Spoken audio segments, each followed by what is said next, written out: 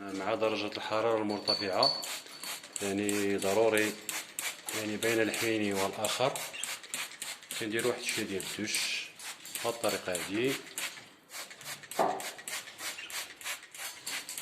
يعني درجة حرارة مرتفعة، إذا مرة كندير لهم واحد شوية ديال الدش يتبرد واحد شوية.